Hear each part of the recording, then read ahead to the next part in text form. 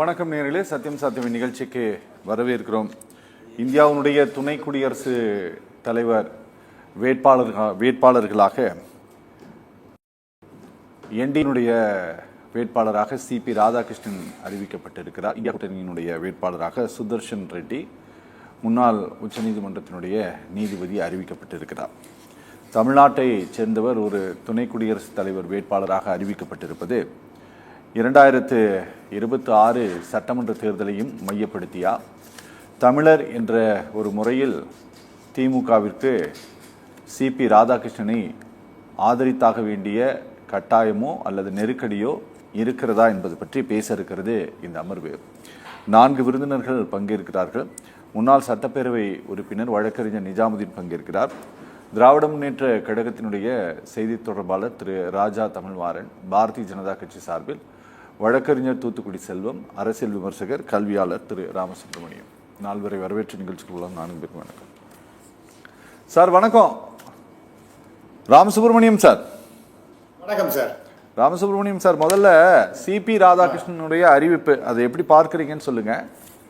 இது தேர்தலையும் மையப்படுத்தி, தமிழ்நாடு சட்டமன்ற தேர்தலையும் மையப்படுத்தி அறிவிக்கப்பட்டிருக்கக்கூடிய ஒரு தந்திரமான, அரசியல் தந்திரமான அறிவிப்பா அப்படிங்கிற கேள்வியையும் உங்ககிட்ட நான் முன்வைக்க விரும்புகிறேன். ரொம்ப நன்றி. எல்லோருக்கும் என்னுடைய வணக்கம். வணக்கம். முதல்ல திரு சிபி ராதாகிருஷ்ணன் அவர்களை பற்றி பேசணும்னா ஒரு ரொம்ப அருமையான மனுஷன் சார் அவர். ஏன்றால் நான் பிஜேபியில் இருக்கும்பொழுது ஒரு நேரத்தில் அவர் தலைவராக இருந்தவர், கட்சியினுடைய தலைவராக, தமிழ்நாட்டு தலைவராக இருந்தவர். ரொம்ப எளிமையான மனிதர், பழகுவதற்கு ரொம்ப இனிமையானவர், எல்லா கட்சி தொண்டர்களை ரொம்ப அருமையாக நடத்தி செல்லக்கூடிய பாங்கு படைத்தவர். இப்படி நிறைய விஷயங்களை சொல்லிட்டு போகலாம். அவருடைய பல நேரங்களில் அவரோட நான் தொலைக்காட்சி பேட்டிகளில் அதெல்லாம் பங்கு பெற்றிருக்கின்றேன். அவர் பிஜேபி அப்படிங்கிற மாதிரி பேசுவார், நான் மோடி ஆதரவாளருங்கிற முறையில் பேசுவேன். இதெல்லாம் ரொம்ப வேடிக்கையாக சந்தோஷமாக இருக்கக்கூடிய சமாச்சாரங்கள். அவருக்கு தனிப்பட்ட முறையில் என் மீது நல்ல மரியாதையும் அன்பும் உண்டு அப்படிங்கிறது நான் முதல்ல சொல்ல விரும்புகிறேன். 2வது, அவர் ஒரு தமிழர், அதுவும் கோயம்புத்தூரை சேர்ந்த தமிழர். அவரை நியமித்தது அப்படிங்கிறது ரொம்ப காலத்துக்கு பிறகு. இவருக்கு ஆர்வி என்று சொல்லப்படுகின்ற ஆர் வெங்கட்ராமனுக்கு அப்புறம் ஒரு வைஸ் பிரசிடென்டாக ஆகக்கூடிய ஆர்வி பிறகு ஜனாதிபதியாக ஆனார். இவர் முதல்ல வைஸ் பிரசிடென்ட் இருந்தார், அதற்கு பிறகு ஆனார். நான் சிறுவனாக இருக்கும் பொழுது டாக்டர் ராதாகிருஷ்ணன் அவர் வைஸ் பிரசிடென்டாக இருந்தார், அப்புறம் பிரசிடென்டாக மாறினார். இப்படி பல விஷயங்களை சொல்லலாம். அப்துல் கலாம் தான் டைரக்டா பிரசிடென்ட் ஆனவர். ஆகவே இவருக்கு அந்த வாய்ப்பும் கூட இருக்கு. இப்ப வரக்கூடிய தேர்தலில் நிச்சயமாக அவர் வைஸ் பிரசிடென்டாக தேர்ந்தெடுக்கப்படுவார் என்பதில் எனக்கு சந்தேகமே கிடையாது. இது ஒரு புறம் இருக்கட்டும். ஆனால் இவரை எலக்ட் பண்ணதுனால நமக்கு என்ன தமிழ்நாட்டுக்கு லாபம் அப்படின்னு பார்த்தா, அவர் அவர் ஒரு பிஜேபி காரராக தான் செயல்படுவார். ஏன்னா நான் அவர் தனிப்பட்ட முறையில் என் மேல அவருக்கு மரியாதை உண்டு, நல்லபடியா பழகக்கூடியவர், அதெல்லாம் வேற விஷயம். ஆனால் அவர் ஒரு பிஜேபி காரராகத்தான் செயல்படுவார். அப்ப தமிழருங்கிற அந்த இதெல்லாம் டேக் எல்லாம் எடுத்துருவார் அவர். இந்த பிஜேபி என்ன சொல்லுகின்றதோ, இப்ப முன்னாடி இருந்த டங்கர் ஏன் போனார் சார், அவருக்கு வேறுபாடுகள் வித்தியாசங்கள் பிஜேபியோட வந்தது. அவர் ரிசைன் பண்ணிட்டு ராத்திரி 9:30 மணிக்கு பிரசிடென்ட் அப்பாயின்மெண்ட்டே வாங்காம நேரடியாக அங்கே போய் ரெசிக்னேஷன் லெட்டர் கொடுக்குறாருன்னு அத்தகைய ஒரு மோசமான நிலைமைக்கு அவர் தள்ளப்பட்டவர். அதெல்லாம் இவருக்கு நம்ம சிபிஆருக்கு தெரியும், அந்த நெடுவுச்சூழல்கள்லாம் நன்றாகவே தெரியும். இன்னொரு பல விஷயங்கள் தெரியாததை நான் உங்களுக்கு சொல்லுகின்றேன். இன்ஃபேக்ட் அவர் யூனியன் மினிஸ்டராகவே ஆக இருக்க வேண்டும். இது எனக்கு பர்சனலா தெரிகிற சமாச்சாரத்தை நான் சொல்றேன். அவர் யூனியன் மினிஸ்டராகவே ஆயிருக்கணும். அது வாஜ்பாய் தலைமையில் இருந்த அந்த அரசாங்கத்தின் பொழுது அவர் ஆயிருக்கணும். ராதாகிருஷ்ணன் அவர் ஒரு யூனியன் மினிஸ்டராக ஆக்கணும் அப்படின்னு சொல்லிட்டு ஒரு முடிவு எடுத்து வாஜ்பாய் அவர்கள் சொல்லுகின்றார்கள். அப்ப எல்லாரும் ஸ்வாரிங் அண்ட் செரிமனி ஒருத்தரா கொண்டிருக்கும்போது திடீர்னு இவர் திரு பொன் ராதாகிருஷ்ணன் அவர்கள் swearing and ceremony where is the தாடி அப்படிங்கிறார். அவர் தாடி வயசுன்றவர்னு நம்ம சிபிஆர் அவரை தான் யூனியன் மினிஸ்டராக அவர் சொல்லியிருக்கார். அவங்களுடைய செக்ரட்டரியேட்ல புரிஞ்சிருந்தது பொன் ராதாகிருஷ்ணன் அப்படின்னு. அதனால அவருக்கு போட்டாங்க, இவருக்கு அப்ப கிடைக்கல. அது ஒரு அவருக்கு ஒரு டிசப்பாயின்மெண்ட் இருந்தது. இப்ப என்னடான்னா கவர்னராக ஆகிவிட்டார். அதுக்கு அடுத்தாப்புல இப்ப வைஸ் பிரசிடென்ட்ங்கிற மிகப்பெரிய பொசிஷனுக்கும் வரப்போகின்றார் அப்படிங்கிறதுலாம் ஒரு புறம் இருந்தாலும் கூட அவர் தமிழ்நாட்டுக்கு என்ன சார் செய்ய போறார்? நான் கேட்கிறேன், தமிழ்நாட்டுக்கு யாரு என்ன செஞ்சிருக்காங்க? இப்ப நான் சொன்ன டாக்டர் ராதாகிருஷ்ணன் அவர் வந்து காங்கிரஸ்காரர் இருந்தவர், அவர் அப்படியே இருந்துட்டு போனார். எனக்கு தெரிஞ்சு திரு காமராஜ் அவர்கள்ட்ட இந்த கே பிளான்லாம் ஒண்ணு வேண்டாம், அதெல்லாம் ரிசைன் பண்ணாங்க நீங்க, அதனால தமிழ்நாட்டுக்கு குறிப்பாக காங்கிரஸுக்கு மிகப்பெரிய கெடுதல் தான் வரும்னு சொல்லிட்டு அவங்க 2 பேரும் தனியாக பேசி கொண்டிருக்கும் பொழுது, ஒரு உலாவி கொண்டிருக்கும் பொழுது இந்த விஷயத்தை சொல்லியிருக்காரு. அதை கேட்காம காமராஜர் ரிசைன் பண்ணினார். அதனுடைய பலனை காங்கிரஸ் அனுபவித்தது. அதுக்கப்புறம் காங்கிரஸ் வர முடியாமையே போயிடுது. ஆகவே அது ஒண்ணுதான் அவர் செஞ்சிருக்காருன்னு எனக்கு தோன்றது. ஆர்வி அவர் வந்து இண்டஸ்ட்ரீஸ் மினிஸ்டராக இருந்தபோது தமிழ்நாட்டுக்கு நிறைய காரியங்கள்லாம் செஞ்சிருக்கார். தமிழ்நாடு தொழில் வளம் பெருகுவதற்கு அவர் காரணமா இருந்தார். பட் அதை தவிர அவர் தமிழ்நாட்டுக்கு என்ன பெருசா சாதித்து விட்டார்? அவர் as a president of India சரி ஒன்றும் இல்லை. அதே மாதிரி டாக்டர் கலாம் அவர் வந்து ஊர் ஊரா போய் மாணவர்கிட்ட பிரச்சாரம் பண்ணினார், அவங்கள்ட்ட நல்ல பேர் வாங்கிட்டார். அவ்வளவுதான வழி. தமிழ்நாட்டுக்கு அவரால் என்ன நடந்தது? ஒண்ணும் இல்லை. அதனால பெரிய பூஜ்யம் தான் அவராலையும். இப்ப இவர் என்ன பண்ண போறாருன்னா, இவங்களெல்லாம் கூட பரவாயில்ல, இவர் முழுக்க முழுக்க ஒரு பிஜேபி காரராக நீட்டுக்கு எதிராக ஏதாவது ஒரு இதை நம்ம ஒரு மகஜர் கொடுத்தோம்னா கூட அது கொண்டு குப்பத்திட்டு போட போறாரு. அதே போல நமக்கு வர வேண்டிய நிதி வரணும் அப்படின்னு நம்ம போய் ரிக்வஸ்ட் பண்ணா அதுக்கெல்லாம் கேட்க மாட்டார். நிறைய கான்ஸ்டியூஷனல் கிரைசிஸை கொண்டு வராங்க. நம்ம தமிழ்நாட்டு கவர்னர் வந்து ஏதாவது லெஜிஸ்லேஷன் பாஸ் பண்ணா அதுக்கெல்லாம் பர்மிஷன் கொடுக்க மாட்டேங்கிறார் அப்படின்னு ஏதாவது அவர்கிட்ட போய் சொன்னா அவர் தான் கேட்க போறாரா? ஒண்ணும் இல்லை. அதே போல இப்ப நாளைக்கு அவர் வந்து ராஜ்யசபா சேர்மன் உட்கார்ந்துட்டு இருக்கும்பொழுது தமிழ்நாட்டினுடைய எதிர்கட்சி சேர்ந்தவர்களுக்கு நிறைய டைம் கொடுத்து அவர்களுக்கு ஒரு நல்ல easy going to give a proper hearing இருக்க போறதில்லை. இவர் வந்து அவுட் அண்ட் அவுட் பிஜேபியோட முகமாகவே அவர் செயல்பட போகின்றார். அதனால தமிழ்நாட்டுக்கு என்ன சார் பிரயோஜனம்? எல்லாருக்கும் தெரிஞ்சவர் தான் தமிழ்நாட்டுக்கு, அவர் ரொம்ப தெரிஞ்சவர் தான், தமிழர் தான் அப்படின்னு கூட. இன்ஃபேக்ட் இன்னைக்கு ஃபட்னாவிஸ் மகாராஷ்டிரா சீஃப் மினிஸ்டர் சொல்ற, அவர் எங்க ஊருக்காரரையா, அவர் எங்க ஊர்ல இருந்து தான் போன எலெக்ஷன்லயே ஓட்டு போட்டார், அவருக்கு இப்ப ஓட்டு போடுற தகுதி இங்கதான் இருக்குங்கிறார் அவரு. ஸோ ஓட்டு கூட அங்கேருந்து போடலை, அங்கேருந்து தான் மகாராஷ்டிராலேருந்து தான் போட்டிருக்காரு அவர். ஆகவே அது அவர் ஒரு மகாராஷ்டிரியன் அப்படிங்கிற கொஞ்சம் கேள்வி வருகிறது. அவர் அப்படிதான் பேசுகின்றார் இன்னைக்கு ஃபட்னாவிஸ்.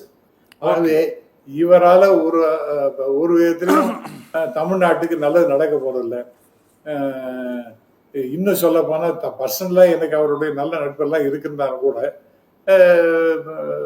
டெஃபினட்டா அந்த கட்சிக்காரங்களுக்கே கூட ஒன்றும் அவர் வந்து கவர்னர் ஆன பிறகு அல்லது நல்ல பொசிஷனுக்கு வந்த பிறகுலாம் ஒன்றும் செஞ்சாக எனக்கு தெரியவே இல்லை. கயிறு வாரிய தலைவராக இருந்த காலகட்டத்தில் தான் அவர் காயர் போர்டோட சேர்மனா இருந்தார் சார். அவர் காயர் போர்டு ஆமாமா இல்ல இதெல்லாம் நான் சொல்றது ரொம்ப பப்ளிக் டொமைன்ல நிறைய இருக்கக்கூடிய டாக்குமெண்ட்ஸ் தான். கோயம்புத்தூர் திருப்பூரை சேர்ந்த கணக்கில்லாத நபர்கள் மேல சிபிஐ வந்து எஃப்ஐஆர் ஃபைல் பண்ணியிருக்கிறாங்க. எல்லாம் பேங்க் ஃப்ராட் கேஸு, எல்லா கேஸும் இவர் காயர் போர்டோட சேர்மனா அந்த காலகட்டத்தில் தான் நடந்திருக்குது சார். அதனால அவர் எதுவும் பண்ணல, ஏதோ ஒண்ணு பண்ணியிருக்காரு. சார் நீங்க சொல்றது ரொம்ப டேமேஜிங்கான விஷயம் சார். இல்ல சார், நான் உண்மையை சொல்றேன் சார். நான் எல்லா எஃப்ஐஆர் காப்பி எடுத்து வச்சிருக்கிறேன். நீங்க போய் சொல்றீங்க, நான் சொல்லவே இல்லைன்னு. அதாவது அவர் வந்து இல்ல நீங்க ஏதோ பண்ணலன்னு சொன்னீங்கல்ல சார். இல்ல ஏதோ ஒண்ணு பண்ணிருக்காருன்னு சொல்றேன் நானு.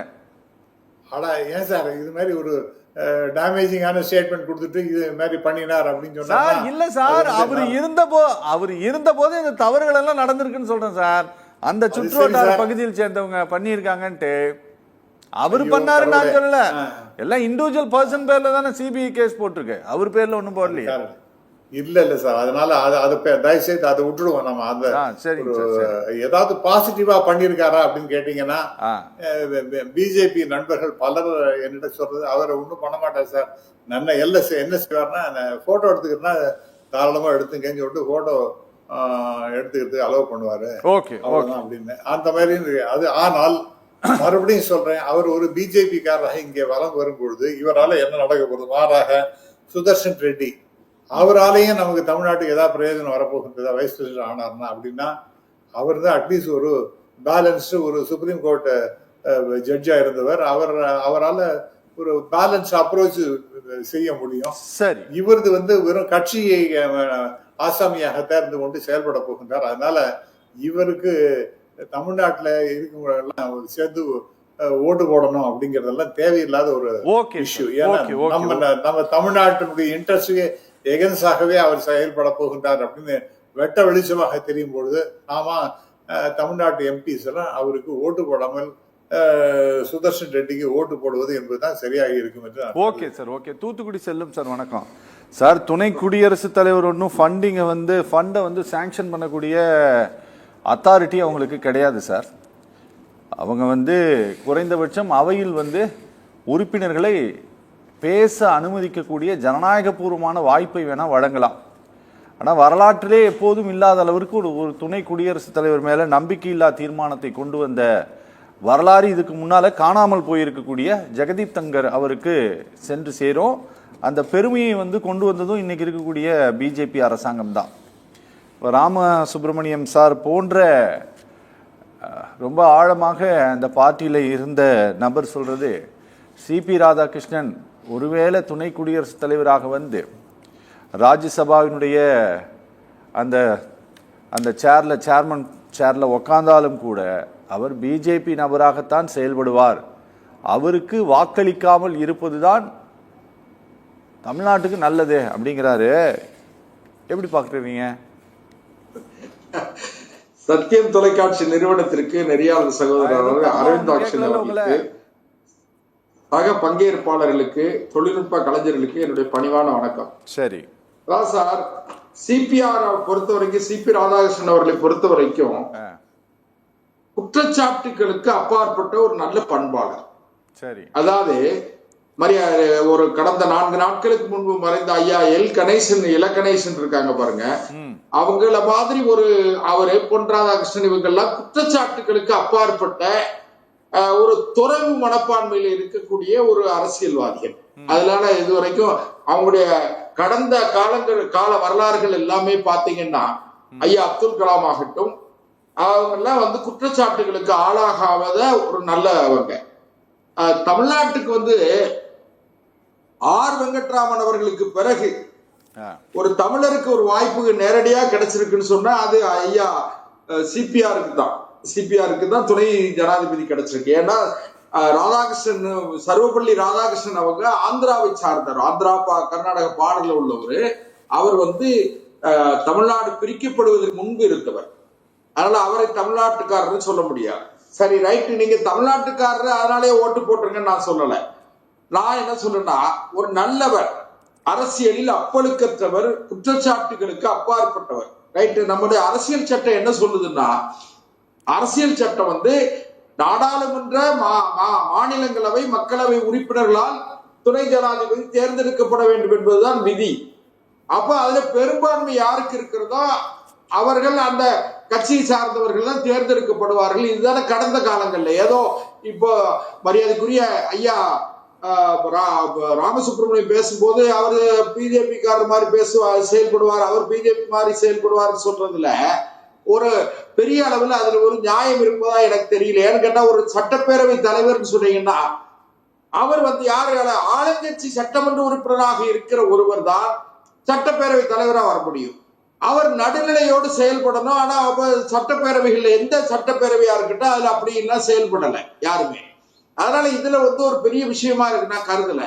அவர் என்ன செஞ்சிட்டாரு, இவர் என்ன செஞ்சிட்டாரு அப்படின்லாம் நீங்க கேட்டீங்கன்னா, ஒரு குடியரசுத் தலைவருக்கு அல்லது குடியரசு துணைத் தலைவருக்கு நாடாளுமன்ற ஜனநாயகம், நம்முடைய ஜனநாயக மரபுகள் அல்லது அரசியல் சட்டம் அனுமதித்திருக்கிற வரம்புகளுக்கு உட்பட்டு தான் அவங்க செயல்பட முடியும். அதுக்கு மேல அவங்களால செயல்பட முடியாது. ஏன்னா அது பெரிய அளவுல சாதிக்கணும்னு சொன்னீங்கன்னா அது யாரால முடியும்னு கேட்டா அமைச்சர் பெருமக்களால தான் முடியும். முதலமைச்சர், பிரதம அமைச்சர், மத்திய அமைச்சர்கள், மாநில அமைச்சர்கள் அவர்களுடைய முயற்சியால தான் ஜெயிக்க முடியுமே தவிர, திட்டங்கள் வர முடியுமே தவிர, குடியரசுத் தலைவராலேயோ குடியரசு துணைத் தலைவராலேயோ பெரிய அளவுல நேரடியாக சாதிச்சிட முடியாது. ஏன்னு கேட்டீங்கன்னா, குடியரசுத் தலைவரோ குடியரசு துணைத் தலைவரோ அவர்கள் எல்லாம் 140 கோடி மக்களை உள்ளடக்கிய இந்தியாவினுடைய குடியரசு துணைத் தலைவர். சரி, தமிழ்நாட்டோட குடியரசு துணைத் தலைவர் நீங்க நினைச்சிடாதீங்க. ஒன்று. இரண்டாவது, இப்போ இந்தியா கூட்டணி என்று சொல்லப்படுகிற அந்த ஒட்டு கூட்டணியால மரியாதைக்குரிய முன்னாள் உச்ச நீதிமன்றத்தினுடைய நீதியரசர் சுதர்சன ரெட்டி அவர்கள் அறிவிக்கப்பட்டிருக்காங்க.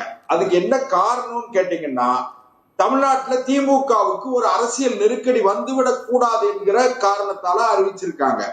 நான் கூட என்ன நினைக்க, இவர் தமிழர் அதனால நீங்களே ஓட்டு போட்டிருங்க இப்படி நாம பேசும் பொழுது, சுதர்சன ரெட்டி ஆந்திராவுக்கு சார்ந்தவர், ஒருங்கிணைந்த ஆந்திராவை சார்ந்தவர், அதனால அவருக்கு ஆந்திராக்காரங்க எல்லாம் ஓட்டு போட்டணும், இந்த மனநிலை வர வேண்டாம்.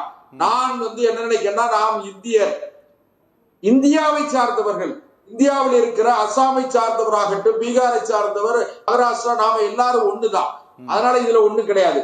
ஐயா ராமசுப்ரமணியம் அவர்கள் ரொம்ப லாஜிக்கா என்ன சொன்னாங்க, எனக்கு நண்பர் எனக்கு நண்பர் எனக்கு நண்பர் நல்லவர் அப்படிலாம் சொன்னாங்க. இந்த நண்பர் எல்லாம் விட்டுட்டு நல்லவர்ங்கிறது மட்டும் நான் எடுத்துக்கிறேன். அதனால அவர் என்ன பண்ணிட்டார் இதுவரையும் அப்படின்லாம் நீங்க சொல்லி வாதாடுனீங்கன்னா, அவர் என்ன, அதாவது ஊழல் செய்து விட்டார், தனி மனித ஒழுக்கத்திலே அவர் மிகவும் மோசமானவர், இப்படி எல்லாம் சொன்னீங்கன்னா அதுல நியாயம் இருக்கு. அதை சொல்ல முடியாத அளவிற்கு ஒரு அப்பழுக்கற்ற ஒரு தேசியவாதி, ஒரு தேசத்தினுடைய குடியரசு துணைத் தலைவராக இருப்பதற்கு எல்லா தகுதியும் உள்ளவர். நான் ஐயாட்ட நான் நேரடியாவே ராமசுப்ரமணியம் கேட்கேன். அவங்க இந்து சமய அறநிலைத்துறையில ஒரு ஆலோசனை குழு உறுப்பினரா இருக்காங்க. அதுல சீர்திருத்தம் செய்ய வேண்டிய எத்தனையோ விஷயம் இருக்கு. அதுல ஐயா என்ன செஞ்சுட்டாங்க, அவருடைய அதிகாரம் என்ன, அப்படிலாம் கேட்டோம்னு சொன்னா இந்த விவாதம் நின்றுகிட்டு தானே போகும். அதனால அதுல நியாயம் கிடையாது, லாஜிக் கிடையாது. சரி, இப்போ மரியாதைக்குரிய சிபிஆர் அவர்களுக்கு பாரதிய ஜனதா கட்சி எல்லா கட்சிகளிடத்திலும் ஆதரவு கேட்கிறது என்று சொன்னால், இது ஒரு நல்ல இணக்கமான சூழ்நிலையை உருவாக்குறதுக்கு தானே தவிர வேற எதுவும் கிடையாது. ஏன்னு கேட்டா தேவை, அதாவது இன்னைக்கு தேசிய ஜனநாயக கூட்டணிக்கு 429 உறுப்பினர்கள் இருக்காங்க. இப்ப வெற்றி பெறதுக்கு தேவை எத்தனை, 392. இன்னும் சொல்ல போனீங்கன்னா எக்ஸஸாவே, அதான் அதிகமாகவே 37 நாடாளுமன்ற உறுப்பினர்கள் 37 இருக்கு. அவர் வெற்றி பெறதுல எந்த சந்தேகமும் இல்லை. அதே நேரத்தில் இன்னும் சொல்ல போனீங்கன்னா, இந்தியா கூட்டணி என்று சொல்லக்கூடிய அந்த கூட்டணியில இருந்து அரவிந்த் கெஜ்ரிவால் வெளியே போயிட்டு அறிவிச்சுட்டாரு. அதனால அதுல ஒண்ணு, இன்னும் என்னென்ன எந்தெந்த கட்சிகள் இந்தியா கூட்டணி என்று சொல்லுகிற அந்த ஒட்டு கூட்டணியில நாங்கள் எல்லாம் இல்லை இல்லை என்று சொல்லுகிறவர்கள் இன்னும் ஒரு 2 நாள் நீங்க பாருங்க, அது நீங்க தெரிஞ்சுக்கீங்க. அதனால இணக்கமான சூழ்நிலை, இவர் தமிழர் சிபிஆர் ராதாகிருஷ்ணன், அதனால அவருக்கு ஓட்டு போட்டிருக்கேன்னு சொல்லி வாதாடக்கூடிய அளவுக்கு நான் வாதாடல. ஒரு நல்லவர், தமிழ்நாட்டை சார்ந்தவர், அரசியலில் அப்பழுக்கற்ற நேர்மையாளர், எல்லா தலைவர்களிடத்திலும் பண்போடு பழகக்கூடியவர்.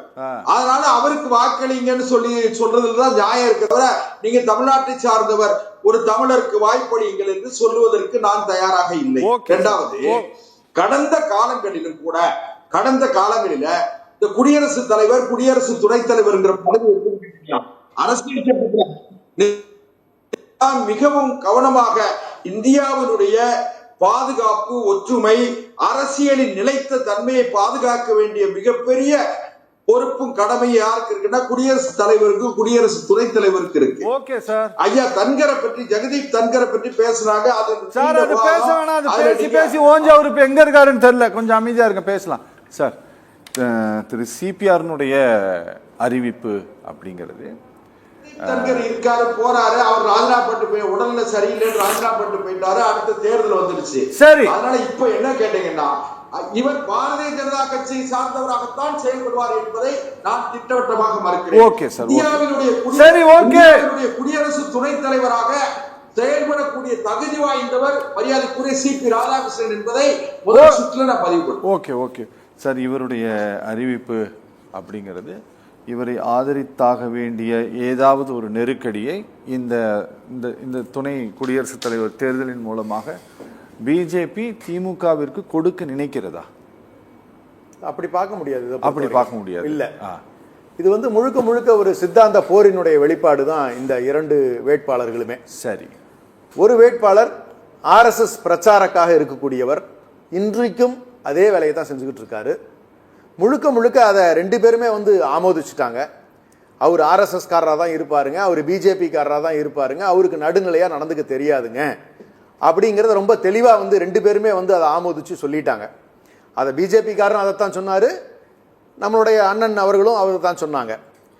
அது மட்டுமல்ல, 3 முறை தமிழ்நாட்டு மக்கள் அவரை நிராகரித்திருக்கிறார். அவரை ஏத்துக்கல தமிழ்நாட்டு மக்கள். 3 தேர்தலில் தொடர் தோல்வி பெற்றவர் தான் சிபிஆர் அவர்கள். அது மட்டுமல்ல, தமிழர் நலனுக்குன்னு எதையும் பெருசா எடுத்துக்கட்டி செஞ்சவர் இல்லை. அதனால இந்த தமிழ் பற்று, இந்த தமிழருங்கிற பற்று அவருக்கு இருப்பதாகவும் தெரியவில்லை. அவரை ஆதரிக்க வேண்டிய அவசியமும் இதில் திராவிட முன்னேற்ற கழகத்துக்கு ஏற்படவில்லை. இதுதான் சிபிஆர் அவர்களை பொறுத்த வரைக்கும் இருக்கக்கூடிய ஒரு நிலைப்பாடு. நம்முடைய வேட்பாளர், எங்கள் திராவிட முன்னேற்ற கழகத்தின் சார்பில் என்டிஏ சார்பாக நமக்கு இருக்கக்கூடிய, யூபிஏ சார்பாக இருக்கக்கூடிய நம்முடைய வேட்பாளர் திரு பி சுதர்ஷன் ரெட்டி அவர்களை பற்றி சிறப்பாக சொல்லித்தான் ஆகணும். அவர் இருந்த பீரியட்ல அவர் கொடுத்துருக்கக்கூடிய ஜட்ஜ்மெண்ட்ஸ்ல ஒரு 2-3 ஜட்ஜ்மெண்ட் ரொம்ப ரொம்ப இம்பார்ட்டண்ட்டான ஜட்ஜ்மெண்ட். அவருடைய காலத்தில் மனித உரிமைகளுக்கு பெருமளவில் குரல் கொடுத்தவர். அது பேஸ் பண்ணி தான் அவருடைய ஜட்ஜ்மெண்ட்ஸ் நிறைய இருந்திருக்கு. குடிமக்கள் சுதந்திரத்திற்காக நிறைய பங்களித்திருக்கக்கூடியவர். அது மட்டுமல்ல, தேச துரோக சட்டம் தவறாக பயன்படுத்தப்படுகிறது நம் நாட்டில், அதை காப்பாற்ற வேண்டிய கடமை கோர்ட்டுக்கு இருக்கிறது அப்படின்னு சொல்லிட்டு மாநில உரிமைகளுக்காகவும் குரல் கொடுத்திருக்கக்கூடியவர். இப்படி ஒரு நடுநிலையான ஒரு நிலையை கொண்டிருக்கக்கூடியவர்கள் தான் நம்மளுடைய திராவிட முன்னேற்ற கழகம் காங்கிரஸ் சார்பாக இந்த கூட்டணி சார்பாக இருக்கக்கூடிய ஒரு வேட்பாளர். எவ்வளவு பெரிய கான்ட்ராடிக்ஷன்ங்கிறத நீங்களே நான் அந்த 2 வேட்பாளர்களிடையே நான் சொல்லிட்டேன். நான் இதை தேவையில்லாமல் வந்து நம்ம குழப்பிக்க வேண்டியதில்லை. இன்னொரு விஷயத்தையும் நான் பதிவிட விரும்புகிறேன். இவர் சிபிஆர் அண்ணன் அவர்கள் வந்து துணை ஜனாதிபதி ஆகிறதுனால நம்மளுடைய மாநில சுயாட்சிக்கு ஆதரவு அளிச்சுட போறாரா? கிடையாது. தமிழ்நாட்டுக்கு கல்வி நிதி ஏதாவது வாங்கி கொடுத்துட போறாரா? கிடையாது. இல்ல, முடியாது. கீழடியை அங்கீகரிக்கிறதுக்கு ஏதாவது உதவி பண்ணிட போறாரா? அதுவும் கிடையாது. தமிழ்நாட்டின் வளர்ச்சிக்கு ஏதாவது புது திட்டங்களை தமிழரான நிர்மலா சீதாராமன் அம்மா அவர்களும் சரி, நம்மளுடைய எல் முருகன் அண்ணன் அவர்களும் சரி, அவர்கள் செய்யாததை இவர் ஏதாவது புதுசாக செஞ்சிட போறாரா தமிழ்நாட்டுக்கு அல்லது தமிழ்நாட்டு மக்களுக்கு அப்படின்னு சொன்னா கிடையாதுங்கிறது ரொம்ப தெளிவான நிலையில் இருக்கும் பொழுது, தமிழ்நாட்டு மக்களுக்கு மிக தெளிவாக தெரியும், தங்க ஊசி என்பதற்காக கண்ணை குத்திக் கொள்ளவும் மாட்டார்கள், மாட்டு மூத்திரத்தை குடி என்று சொன்னால் அதை கேட்கவும் மாட்டார்கள். அப்படிப்பட்ட தெளிவான சிந்தனை கொண்டிருக்கக்கூடியவர்கள் தான் தமிழ்நாட்டு மக்கள். அதனால இது சும்மா ஏதோ வந்து அவருடைய திருப்திக்காக சும்மா ஒரு புலகாங்கிதப்பட்டுக் கொள்வதற்கான ஒரு வாய்ப்பா மட்டும்தான் இது பார்க்கப்படுதே ஒழிய எந்த ரூபத்திலையும் இது தமிழ்நாட்டுக்கு எந்த பயனும் விதிக்க போவதில்லை. வெற்றி விளம்பரமாக பெருமை பேசிக் கொள்வதற்காக ஏற்படுத்திருக்கக்கூடிய வாய்ப்பு தான் அவர்களுக்கு பிஜேபி அமைஞ்சிருக்கே ஒழிய, எப்படி திருக்குறளை அப்பப்ப இவங்க பயன்படுத்திக்கிறாங்களோ, இவங்க தேவைக்கு தகுந்த மாதிரி யூஎன்னுக்கு போனாருன்னா பயன்படுத்திக்கிறாங்களோ, எப்படி தமிழோட சிறப்பை பத்தி சொல்றாங்களோ, தமிழ்நாட்டுக்கான எந்த நலனுமே செய்யாமல் இருந்துகிட்டு இருக்கிறாங்களோ, அதே நிலைதான் மீண்டும் தொடரப்போகிறது. அதில் சிபிஆர் அவர்களும் அதே பங்களிப்பை ஆர்எஸ்எஸ் மூலமாக தமிழ்நாட்டுக்கு எந்த நலனும் இல்லாமல் முழுக்க ஆர்எஸ்எஸ் பிரச்சாரக்காகத்தான் செயல்பட போகிறார். நடுநிலை வகிக்க போவதில்லை. நடுநிலை வகிப்பதற்கு ஒரு முக்கியமான எடுத்துக்காட்டு நான் இந்த இடத்துல நான் சொல்லிட்டேன்னா தான் நடுநிலை எப்படி ஒருத்தரால் இருக்க முடியுமா அப்படிங்கிறத நம்ம வந்து தெரிஞ்சுக்க முடியும். KR நாராயணன் அவர்கள் ஜனாதிபதியா இருந்த பீரியட்ல ஒரு 2-3 விஷயங்கள் அவர் தெளிவா சொல்லியிருக்காரு. சமூக ஜனநாயகம், சமூக நீதி என்ற 2 கோட்பாடுகள் தான் அரசியல் சட்டத்தில் இழையோடி கொண்டிருக்கும் உயிர் துடிப்புன்னு போல்டா சொல்ல முடிஞ்சது. அதை இவர்னால இன்னைக்கு சொல்ல முடியுமா? இது போன்ற ஒரு ஸ்டேட்மெண்ட்டை கொடுக்க முடியுமா அப்படின்னா எந்த காலத்திலும் இவரால கொடுக்க முடியாது. உச்சநீதிமன்ற தலைமை நீதிபதி பட்டியலில் பட்டியல் இனத்தவர்கள் மற்றும் பெண்கள் சிறுபான்மையினருக்கு பிரதிநிதித்துவம் தராததை சுட்டிக்காட்டி பேசினார். அதுபோல இன்னைக்கு இவர் இதனால் செய்ய முடியுமா? கிடையாது. இது போன்ற முக்கியமான விஷயங்களில் ஒரு கருத்துக்களை பதிவிடுவதற்கான வாய்ப்புகள் முழுமையாக இருக்காது.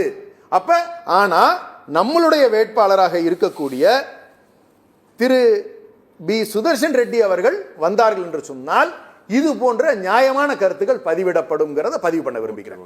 சார், சிபி ராதாகிருஷ்ணன் யாருமே எதிர்பார்க்காத ஒரு அறிவிப்பு சார் இது. இந்த துணைத் தலைவர் வேட்பாளராக அறிவிக்கப்பட்டது. பிஜேபி செய்யக்கூடிய ஒவ்வொரு நகர்வுகளுக்கு பின்னால், ஒவ்வொரு அறிவிப்புகளுக்கும் பின்னால் ஏதாவது ஒரு காரியம் இருக்கும். இந்த அறிவிப்புக்கு பின்னால் வந்து எதுவும் பொலிட்டிக்கல் அஜெண்டா இல்லாமல் இருப்பதற்கு ஏதாவது வாய்ப்பு இருக்கா? இல்லாமல் இருக்கிறதுக்கு வாய்ப்பே இல்லை. வாய்ப்பே இல்லை ராஜா அப்படிங்கிறீங்களா? முழுசாக இருக்குது. சரி, இப்போ இங்கே நாங்கள் 4 பேர் பேசுகிறோம். அதில் 3 பேர் வாதம் இல்லை. அண்ணன் ராமசுப்பருடைய வாதம் தான் வாதம்.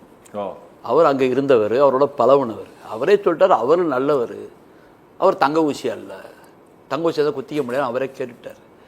16 வயசுலேருந்தே அவர் ஆர்எஸ்எஸ்னுடைய சகா பயிற்சி பெற்று முறையாக வளம் வந்தவர். ஒரு ஆர்எஸ்எஸ்காரரை அப்படி பாஜகலாம் சொல்கிறதுக்கு எனக்கு ஒப்புதல் இல்லை. ஒரு ஆர்எஸ்எஸ்காரரை அப்படியே தீக்கொழுப்பி அப்பளுக்கு இல்லாமல் வச்சுருக்காரு. அவ்வளோதான் சார். நீங்கள் உட்காந்துட்டு இருக்கிற அதே இடத்துல எத்தனையோ நிகழ்ச்சிகளுக்கு அவர் இங்கே வந்து உட்காந்துருக்காரு. இருக்கலாம், என்னோட உட்காந்துருக்கலாம். அதுக்காக என்ன பண்ண முடியும்? சரி, அப்படி இல்லை. ஏன்னா அவர் வந்து திராவிடத்தை தமிழ்நாட்டுக்கு செய்வாரா, அதை செய்வார், சமூக நீதி நிலைநிறுத்துவாரா சகோதரர் ராஜா கேட்டார். அவர் ஒரு சனாதினி, அவரால் எப்படி முடியும்? அது அவற்றை நம்ம எதிர்பார்க்கிறதே தவறு. அவரை அவராகத்தான் நாம் கற்பனை செய்து பார்க்க வேண்டும் வழியே. அவரை நீங்க அப்படி இருப்பாரா இப்படி இருப்பாரான்னு சொன்னாக்க எப்படி முடியும்? அவர் திராவிடம் வேண்டாம், திராவிட மாடல் வேண்டாம், தமிழினம் வேண்டாம் என்று சொல்லக்கூடிய ஒரு கூட்டத்தினுடைய ஒரு பிரதிநிதியாக அவர் வளம் வந்து கொண்டிருக்கிறார். இன்னைக்கு போய் அவர் வந்து ராஜ்யசபாலே உட்கார போறாரு. எதிர்த்த போட்டி போடக்கூடியவர் நிச்சயமாக ஒரு நல்ல சிறந்த நீதிமானாக சமநிலையை சமூக நீதியை நிலைத்துக்கூடாக இருக்கிறார். இப்போ நம்ம வந்து இதே நிலையில் திமுகவுக்கு தர்ம சம்பளமானு கேட்கக்கூடிய கேள்வியை இவர் நாயுடுவுக்கு தர்ம சங்கடமா? தெலுங்கானாவும் ஆந்திராவும் 2 மாநிலத்தையும் சேர்ந்தவர் தானே அவர். அங்கே அவர்கள் வந்து அந்த மாதிரி ஓட்டு போடுவார்களா என்று கேட்கணும். ஏன்னா அவர் அந்த மண்ணுக்காரர் இல்லையா? அப்போ பிரச்சனை வரும். இருக்கிற பிரச்சனையே 37 தான் நிற்கிது. 37 18 கழிஞ்சாவே இங்கே ஆபத்தாயிடும். ஸோ நாயுடு ஆதரிப்பாரா தன் மண்ணின் மைந்தரை? ஆந்திராக்காரர்கள் ஆதரிப்பார்களா? இதை யோசிக்கணும்ல. திமுக பொறுத்தவரை கொள்கையில் டெட் அகேன்ஸ்ட், அதனால ஆதரிக்க மாட்டாங்க. முடியாது, கலைஞ்சிரும், கனவே கலைஞ்சிரும், வாய்ப்பே கிடையாது, சிந்தனைக்கே வராது. ஓகே, அப்படின்னு நீங்க சொல்றீங்க? இல்ல சார், அதான் சார் உண்மை. நான் சொல்ல யதார்த்தம், அதான் என்னுடைய கருத்து இல்லை. இது யதார்த்தமான கருத்து.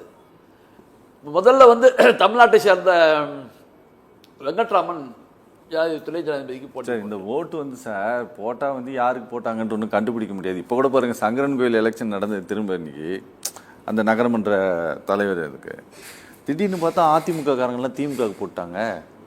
அதாச்சும் கொஞ்சம் கவுண்ட் கம்மியா இருந்தது வெளியில் தெரிஞ்சிருச்சு. இப்போ இந்த இதுலலாம், இந்த எலெக்ஷன்லாம் திமுக காரங்க வந்து சிபி ராதாகிருஷ்ணனுக்கு போடல அப்படிங்கறது யாரு கண்டுபிடிக்க போறது? அவங்க மாத்தி போனாங்க. ஏற்கனவே ஜனாதிபதி தேர்தலில் இந்த மாதிரி ஒரு தடவை நடந்திருக்கு. துணை ஜனாதிபதி சொல்றேன், 1 வாக்கு 2 வாக்கு நடந்திருக்கு. ஆமா, நம்ம நடக்காம இல்ல. ஆமா, நடக்காம இல்ல. அவர் பிறகு நம்ம உள்துறை அமைச்சர் போட்டோவை போட்டு இவர்கிட்ட பேசினான்னு கூட காமிச்சாங்க ஒரு தேர்தலில். அது நடந்துச்சு, ஒரு ஜனாதிபதி தேர்தல். நடக்காம இல்லை. அவங்க காசை கொடுத்து எதையும் வாங்கக்கூடிய தகுதி படைத்தவர்கள். நம்ம கிட்ட காசு கிடையாதுங்க, அந்த மாதிரி முடியாது. ஆகையினால இப்ப பிரச்சனை என்னன்னா, மறைமுக வாக்குங்கிறதுனால நாயுடு கூட மாத்தி போடலாம். அவர் குரூப் கூட இதே மாதிரி மாத்தி போடலாம், வாய்ப்பு இருக்கு. செல்வத்துக்கு சிரிப்பை பாருங்க. ஏன்னா ரொம்ப வேண்டி அறிமுகமானவர் இப்படி சொல்லிட்டு போறாரு, ஏதாவது கொளுத்தி போட்டு போறோம் அந்த ஆளுட்டு. அதனால தன்னை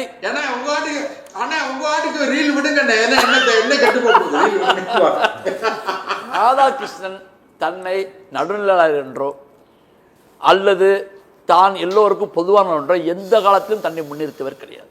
சரி, அது நீங்க தெளிவா பார்க்கலாம். அவருடைய ஒவ்வொரு அசைவுகளும் கண்ணியமாக பார்க்கக்கூடியதான், அது நான் மறுத்து பேசல. ஆனால் அதே நேரத்தில் அவர் தன்னை சிறந்த சனாதனிவாதியாகவும் RSS உடைய சித்தாந்தவாதியாகவும் தான் இதுவரை அவர் தெளிவுபடுத்தி காட்டியிருக்கிறார். ஒழிய எந்தைக்குமே நான் பொதுமக்களுக்கு பொதுவானவன், எல்லா மக்களுக்கும் சரிசமமானவன், கீழ்நிலையில எல்லாம் இல்லைன்னா அவர் எந்த காலத்தையும் பேசினது அவர் பேசவும் மாட்டார். ஓகே ஓகே ஓகே, நம்ம ஒரு சின்ன பிரேக் அப்புறமே பேசலாம். நேரிலே ஒரு சிறிய இடைவேளைக்கு பின் சத்தியம் சாத்தியமே தொடரும். We are very glad that we admitted her here because my daughter, though she is not very high studious girl, we wanted her to be an all-round development and it has worked out well. எங்களுடைய support என்னைக்கும் உங்களுக்கு உண்டு. அது எங்க குழந்தைங்க, நாங்கள் எப்பவுமே bring your children அப்படின்லாம் எந்த மெசேஜுமே நாங்கள் போடுறதில்ல. நாங்கள் அவர் அப்படிங்கிற வேர்டு தான் யூஸ் பண்ணுவோம். அப்படி இருக்கிறதுக்கு தான் நாங்கள் ஆசைப்படுறோம். Olive Tree Group of Schools, CBSE. Admission open for 2025 to 26 for pre-KG to grade 6 and grade 11. To enroll, contact 75500112.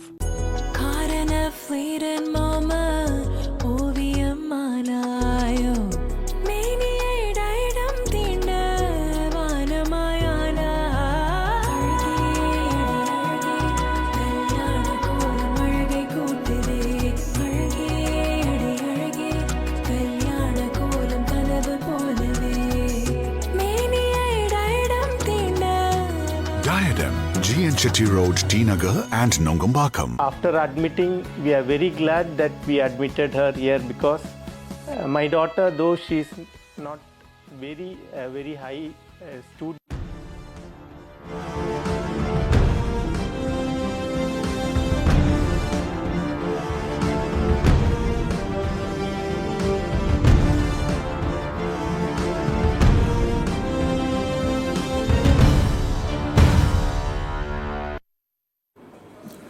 நேரிலே சத்தியம் சாத்தியமே தொடர்கிறது.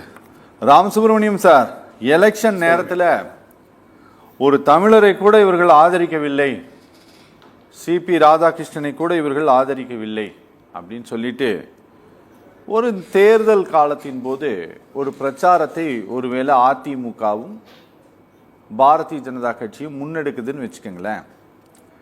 நான் சமூக ரீதியாக கேட்கிறேன். குறிப்பாக கொங்கு மண்டல பகுதிகளில் பாரதிய ஜனதா கட்சி கொஞ்சம் வலுவாக இருக்குது, கொஞ்சம் அவங்களுக்கு ஓட் பேங்க் இருக்குது.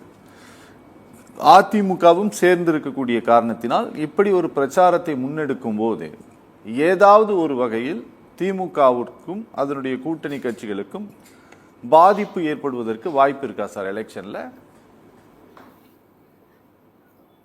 நிச்சயமாக இது ஒரு பெரிய ஒரு இம்பார்ட்டன்ட் கொஸ்டின் தான். பிகாஸ் அவர் ஒரு கவுண்டர் இனத்தை சேர்ந்தவர், கோயம்புத்தூர் சைடை சேர்ந்தவர், கொங்கு மண்டலம், ஒரு தமிழர். ஒரு தமிழருக்கு எதிராக திராவிட முன்னேற்ற கழகமும் அந்த கூட்டணி கட்சிகளும் செயல்பட்டு விட்டன. ஒரு தமிழரை வைஸ் பிரசிடண்டாக ஆக்குவதற்கு தடைக்கல்லாக இருந்தது திராவிட முன்னேற்ற கழகம், அதனுடைய கூட்டணி கட்சிகளும் டெஃபினட்டா சொல்லுவாங்க. அதுல ஒன்றும் சந்தேகமே கிடையாது. அதை மக்கள்கிட்ட முன்னிறுத்துவார்கள். பட் அது எடுபடுமான்னு பாத்தீங்கன்னா, எனக்கு முன்னாடி பேசின நிஜாமுதீன் தான் சொன்னாரு, நண்பர் நிஜாமுதீன். இதே சிபிஆர் ஃபர்ஸ்ட் டைம் அவர் ஜெயிக்கும் போது அந்த கோயம்புத்தூர் பிளாஸ்டும் போது ஒரு 1.5 லட்சம் ஓட்டு வித்தியாசத்தில் ஜெயிச்சார். ரெண்டாம் தடவை 1999 வித்தின் மாற்ற 11 months 1 இயர்க்குள்ள நடந்த எலெக்ஷன்ல அவருக்கு 40,000-45,000 ஓட்டுல தான் ஜெயிச்சாரு. சரி, அதே ரொம்ப கஷ்டப்பட்டு ஜெயிச்சுட்டு வந்தாரு. மூன்றாவதாக பாத்தீங்கன்னா 3 தடவை தொடர்ந்து அவர் எலெக்ஷன் நின்றுட்டே இருந்தார். அதே இடத்துல 3 தடவையும் தோக்கடிக்கப்பட்டார். அப்ப ஏன் சார் தோக்கடிக்கப்பட்டார்? திமுக 3 முறை தொடர்ந்து எம்ஜிஆர் அவர்கள் காலத்துல 3 முறை தோற்கடிக்கப்பட்டது. ஏன் தோற்கடிக்கப்பட்டுச்சு? இது என்ன பேச்சுங்கய்யா? சரி அண்ணே, பேச விடுங்க, அப்புறம் பேசுங்க நீங்க. 3 முறை தோற்கடிக்கப்பட்டார். கலைஞர் 3 முறை தொடர்ந்து தோற்கடிக்கப்பட்டார். இப்ப 2 முறை தோற்கடிக்கப்பட்டார். என்ன காரணம்? சார் கொஞ்சம் பேச விட்டுட்டு பேசுங்க நீங்க. பாருங்க மிஸ்டர் செல்வம், நடான குதிக்காதீங்க. நான் சொல்றதை ஆழ்ந்து கவனிங்க. நீங்க சில இதெல்லாம் சொன்னீங்க, ராமசுப்ரமணியனை நான் கேள்வி கேட்கின்றேன் அப்படின்லாம் கேட்டீங்க. அதுக்கெல்லாம் நான் பதில் சொல்லணும் இல்லையா? நீங்க இந்த மாதிரிலாம் குதிச்சீங்கன்னா என்ன சார் அர்த்தம்? இது நியாயமே இல்லை. அது decency is called for. So அதே இடத்துல 3 தடவை நிற்கிறார். அப்ப அதே கொங்கு மண்டலத்துல ஹி வாஸ் ரிஜெக்டட். சரி, அதனால அந்த கொங்கு மண்டலத்தில் ரிஜெக்ட் ஆனது அதை தமிழ்நாடு முழுக்க நீங்க எடுத்துன்னு போனீங்கன்னா டெஃபினட்டா அது எடுபடாது. கலாமுக்கு எதிராக இந்த திராவிட முன்னேற்ற கழகம் சதி செய்தது அப்படிங்கிற மாதிரிலாம் பேச்சு இருந்தது. அதெல்லாம் மக்கள் தான் புறக்கணித்து விட்டார்கள். ஆகவே அதெல்லாம் ரொம்ப கஷ்டம். அதே சமயத்துல இவருடைய பேச்சு என்பது திரு செல்வம் போன்றவர்களுக்கு நன்றாகவே தெரியும். யூனியன் கவர்மெண்ட் அப்படிங்கிறதுக்கு தமிழாக்கம் கரெக்டா பண்ணோம்னா அதுக்கு ஒன்றியம்னு பேரு. சரியானதா? நான் முன்னாடி மத்திய அரசுன்னு சொல்லிட்டு இருந்தோம். அது ஒரு சான்ஸ்கிரிட் வேர்டு தான். மத்தியம் அப்படிங்கிறது, மத்தியா அப்படிங்கிறது அது சான்ஸ்கிரிட் வேர்டு. சரியான தூய தமிழ் பிரயோகம் அப்படின்னு பாத்தீங்கன்னா ஒன்றியம். அது ஒண்ணும் தவறே கிடையாது. சோ அந்த மாதிரி சொன்னதுக்கே கோத்துட்டு அவர் என்ன பண்ணாருன்னா, அப்ப நான் தமிழ்நாட்டை ஒரு பஞ்சாயத்தும்பேன் அப்படிங்கிற மாதிரி தமிழர்களுக்கு எதிராக ஒரு வஞ்சனையான பேச்செல்லாம் பேசியவர் அவர். அதனால எதை அவர் வந்து வேணும்னு பேசுறாருன்னு அது நான் சொல்லலை. ஏன்னா வெற்றி தளபதி திரு ஸ்டாலினும் அவரையும் உயர்த்தியும் பேசி இருக்கின்றார். இது எதுக்காக நான் சொல்றேன்னா, அவருடைய ஆட்டிடியூட் என்னன்னா, பிஜேபிக்கு எகன்ஸ்ட் அவங்க பிடிச்ச கோட்டை தாண்டக்கூடாதுங்கிறது தான். இல்லைன்னா டங்கர் போற மாதிரி இவருக்கு நிலைமை வந்துடும். அதெல்லாம் பண்ண மாட்டார் அவர். அவர்லாம் ஓடுற தண்ணியோட ஜம்முன்னு ஓடி நல்ல பேர் வாங்கிட்டு வர்றாரு. ஆகவே இவர் செய்தது அதாவது இவருடைய ஆட்டிடியூட், அவர் ஆக்ஷன் எல்லாம் எப்படி நடக்க போறதுன்னா அப்படிதான் இருக்க போறது. அது பிஜேபி சார்பாகத்தான் இருக்க போறது. தமிழர்கள் முன்னாடி எனக்கு முன்னாடி கேட்டவங்கலாம் கூட சொன்னாங்க, இந்த டிஎம்கே ஜென்டில்மேன் சொன்னது போல, உங்களுக்கு என்ன இதான் தேனும் பால் இந்த தமிழ்நாட்டுக்கு வரப்போறது, வரக்கூடிய படம் எல்லாம் நானும் முன்னாடி சொன்னேன், அவரும் அதை தான் திருப்பி சொன்னாரு. தமிழ்நாட்டுக்கு வரக்கூடிய நிதி எல்லாம் இவர் வாங்கி கொடுத்துட போறாரா? ஓகே, நான் வைஸ் பிரசிடென்ட் அப்படிங்கிறத அந்த அவரால் அவருக்கு அந்த அட்மினிஸ்ட்ரேட்டிவ் பவர்ஸ்லாம் இல்லைன்னா கூட அவருடைய பொசிஷனை யூஸ் பண்ணி தமிழ்நாட்டுக்கு இந்த மாதிரி பிரச்சனைகள்லாம் இருக்கின்றன. ஓகே, இது மன்ரேகா போன்ற திட்டங்களுக்கு பணம் கொடுக்க மாட்டேன்றீங்க, தமிழ்நாட்டுக்கு கல்விக்கு பணம் கொடுக்க மாட்டேன்றீங்க, நிதி ஒதுக்கீடு என்பது ரொம்ப மிக குறைவாக இருக்கின்றது, 29 பைசா தான் வருது, ₹1 கொடுத்தா அப்படிங்கிற மாதிரி எல்லாம் இவங்க எடுத்து சொன்னாங்கன்னா அதெல்லாம் கேட்க போறாரு அவர்? ஒண்ணு கேட்க மாட்டார். அவர் தமிழருங்கிற ஒரே ஸ்டாம்பை வச்சுட்டு அவருக்கு நம்ம ஓட்டு போட்டதுனால தமிழ்நாட்டுக்கு ஏதாவது ஒரு பெரிய நன்மை செய்ய போகிறாரு? அது எந்த விதத்திலும் கிடையாது. ஆகவே மாறாக திரு நிஜாமுதீன் சொன்னது போல இப்ப ஆந்திராலையும் தெலுங்கானாலையும் அங்க திரு சுதர்ஷன் ரெட்டிக்கு நம்ம ஊருக்காரர் மண்ணின் மைந்தர் அப்படின்னு சொல்லிட்டு ஓட்டு போட்டாங்கன்னா இந்த வெற்றி வித்தியாசம் இருக்க அது வந்து ரொம்ப சுருங்கி போடுமே. அதையும் நாம பார்க்க வேண்டும் இல்லையா? Okay okay okay okay okay பேசலாம் சார். வணக்கம். தூத்துக்குடி செல்லும் சார். தூத்துக்குடி செல்லும் சார். ஏதோ ஒரு சின்ன கூட்டம் சார், ஒரு சின்ன கூட்டத்தில் திண்டுக்கல் லியோனி வந்து என்ன பண்ணிட்டாருன்னா கொஞ்சம் நகைச்சுவையாக ஒன்று பேசிட்டாரு. அது அவர் பேசாமல் தவிர்த்திருந்திருக்கலாம், பேசிட்டாரு. அதை இந்த நாட்டோட பிரதம மந்திரி ஒரு பிரச்சார கூட்டத்தில் பேசிட்டாரு, அதை கூட விடலை. அதனால் நான் வந்து தெரிஞ்சுக்க விரும்புறது என்ன அப்படின்னா, ஒருவேளை திமுகவோ இங்கே தமிழ்நாட்டில் இருக்கக்கூடிய எம்பிக்களோ திரு சிபி ராதாகிருஷ்ணனை ஆதரிக்கலை அப்படின்னா இதை பெரிய பிரச்சனையாக்கி பெரும் தேர்தல் பிரச்சாரத்துக்கு ஒரு பெரிய ஆயுதமாக மாற்றக்கூடிய ஐடியா ஏதாவது இருக்குதா பிஜேபி கிட்ட? அதாவது வியூகங்கள் எல்லாத்தையும் முதல்ல வெளிப்படுத்துறது வந்து யுத்த தர்மமும் கிடையாது, யுத்த முறையும் கிடையாது. அது தேர்தல் அறிவிக்கப்பட்ட பிறகு அதை நீங்க இப்ப சொல்ற கேள்விகளுக்கான விடையே நாம அப்ப தேடணும். நீங்க இப்பவே ஆரம்பிச்சுட்டீங்களே சார், இப்பவே தானே ஆரம்பிச்சுக்கிட்டீங்க அவருக்கு ஓட்டு போடணும்ட்டு. இல்ல, அதாவது தேர்தல் அறிவித்த பிறகு தேர்தல் பிரச்சார வியூகங்களை அதுக்கு பிறகுதான் தீர்மானிக்கணும். அதனால அதுக்கான விடை இப்பொழுது நாம் தேட வேண்டிய அவசியம் இல்லை. அதுக்கு விடை தெரியாத கேள்வியாக இப்போதைக்கு அது வந்து இருக்கட்டும். ஒண்ணு. ரெண்டாவது, இவர் வந்து பிஜேபி சார்ந்தவராகவே செயல்படுவார் வைப்பார் அப்படின்னு சொல்லி அண்ணன் நிஜாமுதீனும் ஐயா ராமசுப்ரமணியம் அவர்களும் சொன்னாங்க. நான் என்ன சொல்றேன்னு கேட்டா, ஏற்கனவே கடந்த காலங்கள்ல அது சர்வப்பள்ளி ராதாகிருஷ்ணன் அவர்கள் காலத்துல இருந்து நீங்க வரிசையா ஜனாதிபதிகளை பார்த்தீங்கன்னா யாராவது காங்கிரசுக்கு மாறாக நடந்திருக்காங்களா? ஒரு செய்தி என்ன, பக்ருதீன் அலி அகமது காங்கிரசுக்கு மாறாக நடந்திருக்காங்க, காங்கிரசுக்கு ஆதரவாக இல்ல சார், கான்ஸ்டிடியூஷன் படி நடந்திருக்காங்களா? கொஞ்சம் அனுமதிங்க, எனக்கு என்னுடைய சுதந்திரத்தை கொஞ்சம் கொடுங்க எனக்கு. அதாவது சுதந்திரம் பற்றி 79 வருஷம் ஆயிட்டு நம்ம கொஞ்சம் பேச்சு சுதந்திரத்தை நீங்க கொஞ்சம் அனுமதிங்க. அதாவது பக்ருதீன் அலி அகமது அவர்கள் வந்து இந்தியாவினுடைய குடியரசுத் தலைவராக இருக்கும் போதுதான் அம்மையார் இந்திரா காந்தி அவர்களுக்கு அவர்களுடைய தேர்தல் வழக்கில் தேர்தலில் செல்லாது ராஜநாராயணன் வெற்றி பெற்றது, ராஜநாராயணனுடைய தேர்தல் செல்லும், அம்மையார் இந்திரா காந்தியினுடைய வெற்றி செல்லாதுன்னு அறிவிச்சாங்க. அதுக்கு பிறகு ஒரு அரசியல் நெருக்கடி இந்தியாவில் ஏற்படும் பொழுது விசா என்கிற கொடுங்கோல் சட்டத்தை அம்மையார் இந்திரா காந்தி அறிமுகப்படுத்துவதற்கு அமுல்படுத்துவதற்கு துணை நின்றவர் ஐயா பக்ருதீன் அலி அகமது, பக்ருதீன் அலி. அவர் தான் ஜனாதிபதி அன்னைக்கு. ஒண்ணு. ரெண்டாவது, இன்னொரு விஷயமும் சொல்லிடுறேன். அகில இந்திய காங்கிரஸ் கட்சி 1971 மரியாதைக்குரிய நீலம் சஞ்சீவ் ரெட்டியே வேட்பாளர் அதிகாரப்பூர்வ காங்கிரஸ் வேட்பாளராக அறிவித்தது. ஆனால் அம்மையார் இந்திரா காந்தி அவர்கள் வி கிரிய போட்டி வேட்பாளராக நிறுத்தி அன்றைக்கு டாக்டர் கலைஞர் அவர்களும் ஆதரித்து வி கிரி ஜெயிச்சாரு. காங்கிரஸ் கட்சியினுடைய வேட்பாளர் நீலம் சஞ்சீவ் ரெட்டி தோற்று போனார். ஒண்ணு. இரண்டாவது, ஆர் வெங்கட்ராமனை பற்றி பேசுறாங்க. அவருடைய வரலாறு உங்களுக்கு தெரியுமா? 1991 திமுக அரசு மிக பெரும்பான்மை அரசு. ஆனால் அந்த பெரும்பான்மை அரசை 56 எம்பிக்களை கொண்ட ஒரு இடைக்கால சர்க்கார், சந்திரசேகர் தலைமையில இருந்த இடைக்கால சர்க்கார், அன்றைக்கு சுப்பிரமணிய சாமி சட்ட அமைச்சரா இருந்தாரு. அந்த 56 எம்பிக்களை கொண்ட ஒரு இடைக்கால அரசு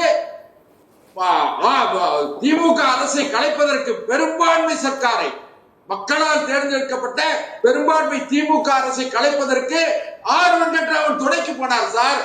அவர் தான் கையெழுத்து போட்டாரு. நீங்க இந்த வரலாறுகள் எல்லாம் மறைச்சிட்டு பூசி வெளியிட்டு இருக்கலாம் நியாயம் கிடையாது. இரண்டாவது, தம்பி ராஜா தமிழ்வாரன் ரொம்ப சாமர்த்தியமா சொன்னாரு, ஏதோ புதிய கண்டுபிடிப்பு. என்ன கண்டுபிடிப்பு? 3 முறை அவர் மக்களால் நிராகரிக்கப்பட்டார். 1977 பிறகு எம்ஜிஆர் உயிரோடு இருந்த காலம் வரை கோட்டை, கொத்தளம், கொடிமரம் அனைத்தும் திமுகவிற்கும் கலைஞருக்கும் வசப்படல. 3 முறை தோற்று போனாரு. 2011 இருந்து 21 வரையும் திமுக தோற்று போயிட்டு, அதனால வெற்றி தோல்விகளை பற்றி எல்லாம் பேச வேண்டியது இல்ல, பேசி பிரயோஜனம் இல்லை. இது எல்லாருக்கும் தெரிஞ்ச வரலாறு. ஆனால் இன்றைக்கு இவங்க என்னவோ சொல்றாங்க, ஆந்திரால மாத்தி போட்டுருவாங்க, அப்படி போட்டுருவாங்கன்னு சொல்லி. சந்திரபாபு நாயுடு தான் இதுக்கு முன்மொழி போறாரு. முன்மொழிந்ததே சந்திரபாபு நாயுடு. அது போக நவீன் பட்நாயக், அரவிந்த் கெஜ்ரிவால், இவர்கள் எல்லாம் நான் அறிந்தவரை, நான் கேள்விப்பட்டவரை, இவர்கள் தேர்தலை புறக்கணித்து விட்டு நடுநிலை வகிக்க போவதாக செய்தி வருது. அதனால மரியாதைக்குரிய சிபி ராதாகிருஷ்ணன் இந்தியாவினுடைய குடியரசு துணைத் தலைவராக வெற்றி பெறுவதற்கு சத்தியம் தொலைக்காட்சியின் சார்பிலே எங்களுடைய வாழ்த்துக்களை சேர்த்து நான் பதிவு பண்ணிக்கிறேன். ஓகே ராஜா தமிழ்மாறன், திரு சிபிஆர் வெற்றி பெறுவதற்கான வாய்ப்புகள் ஓரளவு கணிசமாகவே இருக்கிறது, சரியா? ஆனால் இங்கே என்ன பிரச்சனை அப்படின்னா, இப்போ அவர் பல வி கிரியிலிருந்து பல பெயர்களை பட்டியலிட்டு கொண்டு வந்தார்ல, இது ஒவ்வொன்றும் வரலாறாக மாறக்கூடிய நிகழ்வுகள் இது, சரியா? இதில் தமிழ்நாட்டைச் சேர்ந்த ஒருவர் போட்டியிடுகிறார். அதுவும் இங்கே சமூக ரீதியாக அவர் முன்னிலைப்படுத்தப்படக்கூடிய ஒரு நபராகவும் இருக்கிறார். யாரு? திரு சிபி ராதா. அதை ஒத்துக்க முடியாது. இல்ல நீங்க ஒத்துக்காதீங்க. அதே ஆள் ஒத்துக்க மாட்டீங்க. சமூக நீதிக்கு அவருக்கு சம்பந்தமே இல்ல பாஸ். இல்ல மன்னிக்கலாம். நீங்க சும்மா விளையாட்டு கூட சொல்லாதீங்க.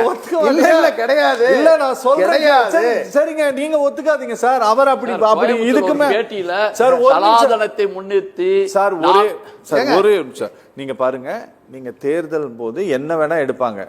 நீங்க இப்ப சொல்லக்கூடிய சித்தாந்தங்கள் தத்துவ ரீதியாக இதெல்லாம் ஒரு 20 வருஷம் கழிச்சு இதே மாதிரி பேசுவாங்களான்னா அப்போ பேசுவதற்கு ஆட்கள் இல்லாமல் போகலாம்.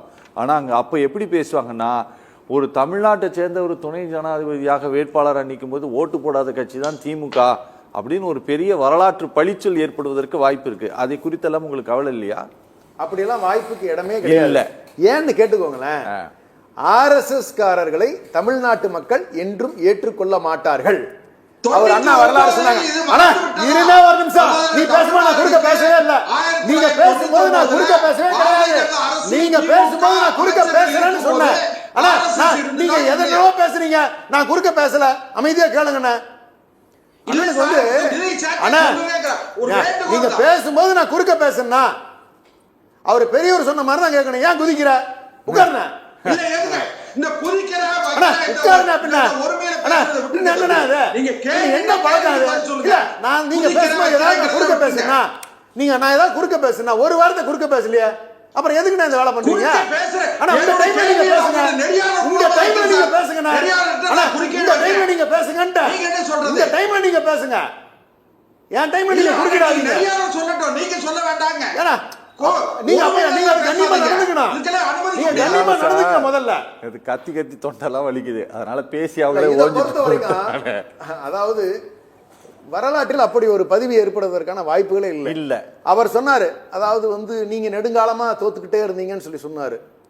இங்க திமுக ஒருவேளை மாற்று ஏற்பட்ட பொழுது அது அதிமுகவாக இருந்தது. பாரதிய ஜனதா கனவில் கூட தமிழ்நாட்டில் வேரூன்றுவதற்கான வாய்ப்புகள் கிடையவே கிடையாதுங்கிறத ஆணித்தரமா நான் பதிவு பண்ணிக்க விரும்புறேன். ஒண்ணு, அதை சார்ந்து இருக்கக்கூடிய அந்த சனாதன சித்தாந்தத்தை ஏற்று இருக்கக்கூடிய RSS காரரை திராவிட முன்னேற்ற கழகம் எந்த காலத்திலும் ஆதரிக்காதுங்கிற பதிவு தான் வரலாற்றில் நிக்குமே ஒழிய, அவரை தமிழரா பார்க்கறதுக்கான வாய்ப்புகளை அவர் எப்ப RSSல சேர்ந்தாரோ அப்பவே அவர் இழந்துறாரு அந்த தகுதியை. அவர் தேசியத்தை நோக்கி நகர்றாரு. அவரை பொறுத்த வரைக்கும் அவருடைய சிந்தனைகள் வேறு, அவருடைய நோக்கம் வேறு. அப்படி இருக்கும் பொழுது இப்படிப்பட்டவரை திமுக வரலாற்றில் என்றும் ஆதரிக்காதுங்கிற பதிவைத்தான் நாங்கள் நிலைநிறுத்த விரும்புகிறோம். எங்களை பொறுத்தவரையில் தெளிவாக சொல்ல விரும்புகிறேன். நீங்க சமூக நீதிங்கிற வார்த்தையை சொன்னீங்க. அப்படிப்பட்டவர்களை நிலைநிறுத்துவதற்கான முயற்சி தான் இந்த ரிட்டையர்ட் ஜஸ்டிஸ். அவரை பத்தி இது மாதிரி ஏதாவது ஒரு குற்றச்சாட்டு நீங்க சொல்ல முடியுமா? நாங்க நம்ம பீரியட்ல இருக்கும் பொழுது KR நாராயணன் அவர்களை சுட்டிக்காட்டி நான் சொன்னேன், அவரு பார்வைக்கு தெரியறதெல்லாம் தப்பானவங்களே தெரியுறாங்க. என் பார்வைக்கு அப்துல் கலாம், எங்களோட பார்வைக்கு KR நாராயணன், இப்படி போன்ற தரமான ஜனாதிபதிகள் எங்களுடைய பார்வைக்கு தெரிகிறார்கள். அப்படின்னா யார் என்ன கண்ணாடி போட்டுக்கிட்டு பாக்குறோங்கிறதா இதுல முக்கியமே ஒழிய, நல்லவைகளை யார் எடுத்துக்கிறாங்கிறதா இங்க தெளிவுமே ஒழிய, யாருடைய பார்வையில் என்ன தெரியுதுங்கிறதா ரொம்ப ரொம்ப முக்கியங்கிறத பதிவு பண்ணிக்க விரும்புறேன். அதான் அண்ணா, தயவு செஞ்சு நான் மீண்டும் மீண்டும் உங்கள்கிட்ட கேட்டுக்கிறேன். உங்க டைம்ல நான் தலையிடக்கூடாதுன்னு நான் கம்முன்னு இருந்தேன். நான் என்னோட டைம்ல நீங்க தலையிடாதீங்க. உங்க டைம்ல நீங்க என்ன வேணாலும் பேசுங்க, நான் குறுக்க பேசலண்ணே. சார், தேர்தல் அரசியல் அப்படின்ட்டு வரும்போது நாம் அவர்கிட்ட தூத்துக்குடி செல்லம்கிட்ட கேட்டதான், இவர்கள் எல்லா ஆயுதங்களையும் பிரயோகப்படுத்துகிறார்கள். நீங்கள் 2024 தேர்தலுக்கு முன்பாக கச்சத்தீவு தொடர்பாக திரு அண்ணாமலை RTIல வாங்கி வெளியிட்டதை Times of India news carry பண்ணுறாங்க. நீங்கள் அதை இந்த நாட்டினுடைய பிரதம மந்திரி ஷேர் பண்ணுறார். இந்த நாட்டினுடைய வெளியுறவுத்துறை அமைச்சர் நீங்கள் பாரதிய ஜனதா கட்சியினுடைய தலைமை அலுவலகத்திற்கு சென்று பேட்டி கொடுக்கிறார். சரிங்களா? ஏதோ ஒரு பிம்பத்தை அவர்கள் அந்த தேர்தல் காலத்தில் எதிர்க்கட்சிகள் மீது உருவாக்கி அதில் கணிசமாகவோ அல்லது ஒரு சில ஓட்டுகளையோ குறைக்கிறதுக்கு அவர்கள் முயற்சி எடுக்கிறார்கள். அது தப்பும் கிடையாது, அது நியாயம்தான். சரியா? அது எப்படி சார் நியாயமா? இல்ல அது நியாயம்னு சொல்லுது சார். நீ அரசியலுக்காக இல்ல சார், நாகரிகத்தை ஒரு தவறை முன்னிறுத்துவது நியாயம் என்று சொன்னால் அர்த்த சாஸ்திரம் அப்படிதான் சார் சொல்லுது. அதுதானே எழுதி வச்சிருக்காங்க.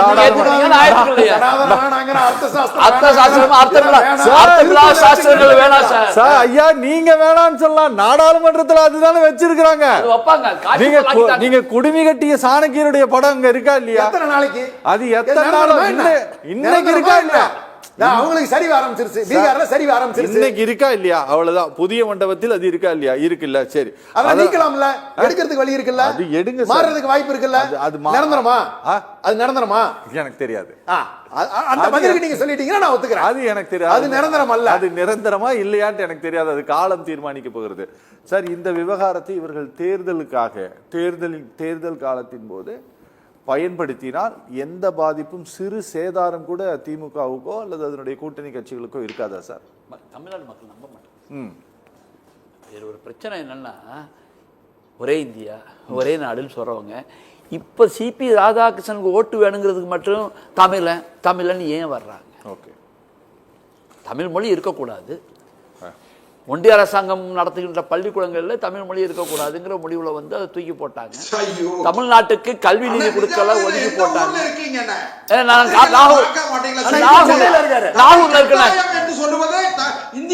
சார், 3 மொழி கொள்கையில என்ன சொல்லுங்க சார்? பட்டியல் மொழி கட்டாயம், கல்வி திட்டத்துல தமிழ் கட்டாயம். கட்டாயம் இல்ல, நீங்க தமிழ் ஆசிரியர் நியமனம் பண்ணிட்டீங்களா? தமிழ்நாட்டுல பண்ணுங்க.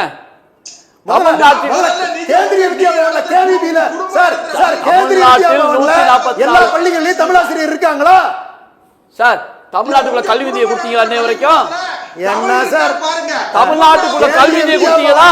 இது வரைக்கும் ஆசிரியர் நியமனம் இல்ல, தமிழ் ஆசிரியர் நியமனம் இல்ல. நீங்க பேசுறீங்க தமிழ்நாட்டுக்கான கல்வி நிதி 2000 கோடி கொடுத்தாங்களா? கொடுக்கலங்கிறதுக்கு இந்த CP ராதாகிருஷ்ணன் பரிந்துரை பண்ணாரா? சார் ஏழை மக்களுடைய அடிப்படை கல்வி இது வந்து பணம் கட்டின கல்வி இல்ல. 515 கோடி ரூபாய் வரலண்ணா. தமிழ்நாட்டில் இருக்கக்கூடிய கிராமப்புறங்களில் படிக்கக்கூடிய பிற்படுத்தப்பட்ட பட்டியலின மக்கள் படிக்கக்கூடிய பள்ளிக்கூடத்துக்கான நிதி அது.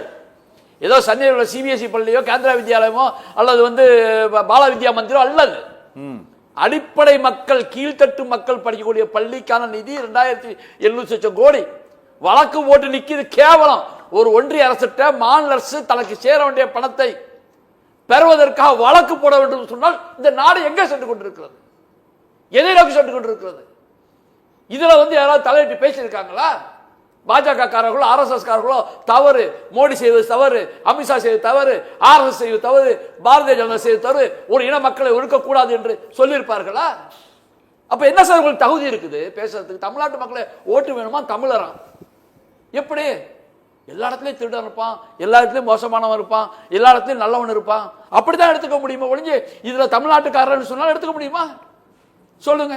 அவர் நாளைக்கு இப்போ சொல்லுங்க, நான் தமிழ்நாட்டுக்கு கொடுக்கிற நிதியை நான் ராஜ்யசபா நாளைக்கு வந்த பிறகு நான் பரிந்துரை செய்கிறேன், கொடுப்பதற்கான தீர்மானத்தை கொண்டு வருகிறேன். அவரால் சொல்ல முடியுமா? சிபிஆரால வாய்ப்பு இல்லையா? வாய்ப்பு இல்லைன்னா அப்புறம் எப்படி தமிழ்நாடு நீங்க பேச முடியும்? வாய்ப்பு இல்லை என்று யோசிக்காமல் சொல்லக்கூடிய நிலை உங்களுக்கு இருக்கிறது. சார் அவரால முடியாது சார். அவர் எப்படி பண்ண முடியும்? சார் தீர்மானத்தை கொண்டு வர முடியும், ஒரு தீர்மானத்தை கொண்டு வர முடியும். நான் ராஜ்யசபால தான் சொல்றேன். ஒரிசா சட்டமன்ற தேர்தலில் தமிழர்கள் கோயில் சாவியை திருடிட்டு போயிட்டாங்கன்னு சொல்லியிருக்காரு உள்துறை அமைச்சர். ஏங்க ஏங்க அங்க ஒரு தமிழன் உங்களை ஆளுதான்னு கேள்வி கேட்கிறாங்க. ஒரிசால பிரதமர் சொன்னாரு. எங்க சார் தமிழன் அன்னைக்கு போச்சு, அன்னைக்கு இந்த அண்ணன் எங்க போச்சு? செல்வன் அன்னைக்கு கத்தி இருக்கணும்ல. என்ன பிரதமர் அவர்களை தமிழனை இழிவுபடுத்தி விட்டீர்கள் இவர் பேசி இருக்கணும்ல, சிபிஆர் கத்தி இருக்கணும்ல, ஒரு அக்கறை இருந்தா. என்னன்னா பேசுறீங்க? ஒரிசால போய் தமிழனை இழிவுபடுத்துறாங்க, அதை கேட்டுக்கிட்டு நின்னுகிட்டு இருக்கீங்க. பிஜேபி ஆட்சி அமைச்சிருக்கு சார். அமைச்சர் என்ன சார்? தமிழனுக்கு அசிங்கப்பட்டிருக்கு, தமிழனை அசிங்கப்படுத்தி இருக்காங்க, அதை கேட்டுக்கிட்டு நீங்க அவங்களுக்கு வக்காலத்து வாங்குறீங்களே, உங்களுக்கு அசிங்கமா இல்ல? இல்ல அது செல்வன் தப்பு இல்ல. தூத்துக்குடி பதிப்புல அந்த செய்தி போடணும். இருக்கலாம். அதுக்கு மேல தெரியாது. ராமசுப்ரமணியம் சார், நான் முடிக்கிறேன். ஏதாவது நீங்க இறுதியா சொல்ல விரும்புறீங்களா சார்? ஒண்ணு இல்லை சார். அதாவது தமிழன்கிற ஒரு பாயிண்ட வச்சுட்டு அவருக்கு ஓட்டு போடணும் அப்படின்னு சொன்னா அது வந்து மக்கள்கிட்ட எடுபடாது சார். அதாவது இது வந்து மக்கள்கிட்ட கொண்டு போனாலும் கூட அவர் வந்து பிஜேபி காரராகத்தான் அறியப்படுவார். ஆனா டிஎம்கே காரங்கள பிஜேபி காரங்க ஓட்டு போடுவாங்களா சார்? ஓகே. அல்லது காங்கிரஸ் காரங்க போய் பிஜேபி ஓட்டு போடுவாங்களா? ஓகே. ஆகவே இது வந்து சுதர்ஷன் ரெட்டிங்கிறவர் ஒரு ஃபேர் மைண்டட் ஜட்ஜா இருந்திருக்காங்கிறது நல்லாவே தெரியுது. ஓகே. அவர் வந்து அவருடைய ஜட்ஜ்மெண்ட்ஸ் எல்லாம் பாத்தீங்கன்னா கான்ஸ்டிடியூஷனுக்கு ஒத்து ஏழை பங்காளனாக பல இடங்கள்ல அவருடைய ஜட்ஜ்மெண்ட்ஸ் எல்லாம் இருக்கின்றது. ஆகவே அப்படிப்பட்டவர்களுக்கு ஒரு நல்லவர்களை பார்த்து ஓட்டு போடணுமே எல்லாம். நான் அதனால சிபிஆர் கெட்டவர்னு சொல்லல, ஆனால் அவர் ஒரு பாஜக என்ற சித்தாந்தத்தினரை ஊதி தள்ளிக்கக்கூடிய ஒரு மனிதர். ஆகவே அவருக்கு ஓட்டு போடலைன்னா மக்கள் வந்து அப்படியே தமிழ்நாட்டு மக்கள்னா கொதித்தெழுந்து விடுவார்கள் அப்படிங்கிறதுலாம் ஒண்ணும் கிடையாது. அதே நான் மறுபடியும் சொல்றேன், அதே கொங்கு மண்டலத்திலே அவர் 3 தடவை ரிஜெக்ட் ஆனவர். அதனால அந்த மக்களும் இதை பெரிய விஷயமாக எடுத்துக்கொள்ள மாட்டாங்க, ஓட்டு போடுறேன். Okay sir. ஓகே சொல்லுங்க சார். செல்வம் சார் சொல்லுங்க, முடிக்கிறேன். அதாவது எதிர்கட்சிகளுக்கு அதிர்ச்சியும் ஆச்சரியமும் ஏற்படக்கூடிய அளவிற்கு தோல்வி ஏற்படும். சிபிஆர் அவர்கள் மிகப்பெரிய அளவில் 37 வாக்குகள் தான் இப்ப அதிகமா இருக்கு கணக்குப்படி. ஆனால் அவருடைய வெற்றி அறிவிக்கப்படுகிற பொழுது பாத்தீங்கன்னு சொன்னா மிகப்பெரிய அளவில் எதிர்ச்சி வரிசையில் இருக்கிறவர்கள் சிபி ராதாகிருஷ்ணன் அவர்களை ஆதரிக்க போகிறார்கள். சிபி ராதாகிருஷ்ணன் அவர்கள் இந்தியாவினுடைய குடியரசு துணைத் தலைவராக மகத்தான வெற்றி பெற போகிறார். இதை இவங்க பார்க்கத்தான் போறாங்க. உப்பு இல்லாத சப்பு இல்லாத ஒரு வாதங்களை வச்சுக்கிட்டு அந்த கணக்கு கொடுத்தாரா இந்த கணக்கு கொடுத்தாரா மும்மொழி திட்டம் இப்படி வலுவில்லாத வாதங்களை வைக்கிற என்னுடைய 3 நண்பர்களுக்காக நான் மிகுந்த வருத்தப்படுகிறேன், அனுதாபப்படுகிறேன். ராஜா சொல்லணுமா? நிகழ்ச்சி நான் க்ளோஸ் பண்றேன். ராஜா அவர் பேசிட்டு அண்ணே எனக்கு ஒரே ஒரு வேண்டுகோள். சுதர்சன் ரெட்டி ஒரு நல்ல பண்பாளர், நல்ல நீதிமான், சமூக நீதிக்காகவும் சமத்துவத்துக்காகவும் பாடுபட்டவர். அப்பேற்பட்ட ஒரு மனிதனை தோக்கடித்தார் என்ற பழி ஒரு தமிழனுக்கு வரக்கூடாது, பாஜகவுக்கும் வரக்கூடாது, RSSக்கு வரக்கூடாது. அதனால அவர்கள் வாபஸ் வாங்க வேண்டும். இவர் தன்னை பிறப்பிடித்துக் கொள்ள வேண்டும். ஒரு நிலையான ஜெயிக்குவதற்கான வாய்ப்பை கொடுக்கணும் வேண்டுகோளை நான் வைக்கிறேன். என்ன பொறுத்தவரைக்கும் ரொம்ப சிம்பிளான கான்செப்டுங்க. அண்ணன் என்ன வேணாலும் சொல்லட்டும், ஓகே. அவர் மனசாட்சிக்கு தெரியும் உண்மை என்னங்கிறது. எப்படியெல்லாம் வந்து தமிழ்நாடு வஞ்சிக்கப்பட்டிருக்குதுங்கிறது வரலாறுல அவருக்கும் தெரியும். இதை எதுவும் புதுசாலாம் சொல்லித்தர வேண்டியதில்லை. ஏன்னா அவர் இங்கே எங்க கூடவே இருந்து அதை அனுபவிச்சவர். சரி. அவருக்கு அதோட அர்த்தங்கள் எல்லாமே புரியும்னு வச்சுக்கோங்களேன். இன்ற காலத்தின் கட்டாயம் அவர் இருக்கக்கூடிய இடத்துல இல்லை. ஓகே. அவர் சொன்னது ஒன்றே ஒன்று தான். அண்ணன் சொன்னாங்க இது மாதிரி வந்து அவர் நல்லவர் தான், ஆனால் வந்து ஆர்எஸ்எஸ் சித்தாந்தத்தினால் அவர் 16 வயதிலிருந்து, அதனால அவர் நல்லவரான்னு சொல்றது கூட எனக்கு வந்து ஒரு சின்ன தயக்கம் இருந்துகிட்டு தான் இருக்கு. ஏன்னா அந்த சித்தாந்தங்கள் முழுக்க முழுக்க தமிழர்களினுடைய நலனுக்கு விரோதமாக இருக்கின்ற காரணத்தினால் உறுதியாக சொல்லுகிறேன், தமிழர்கள் அவரை ஆதரிக்கவில்லை என்கின்ற ஒரு நிலை வாழ்நாளில் ஒரு பழிச்சொல் திராவிட முன்னேற்ற கழகத்திற்கு வருவதற்கான வாய்ப்புகளே கிடையாது. ரொம்ப நன்றி. நேயர்கள் மற்றும் நிர்வாகம் சார்பாக நிகழ்ச்சியில் பங்கேற்று பேசி 4 பேருக்குமே நேரில் நிகழ்ச்சி நிறைவு பெறுகிறது. மீண்டும் மற்றொரு நிகழ்ச்சியில் சந்திக்கலாம். நன்றி, வணக்கம்.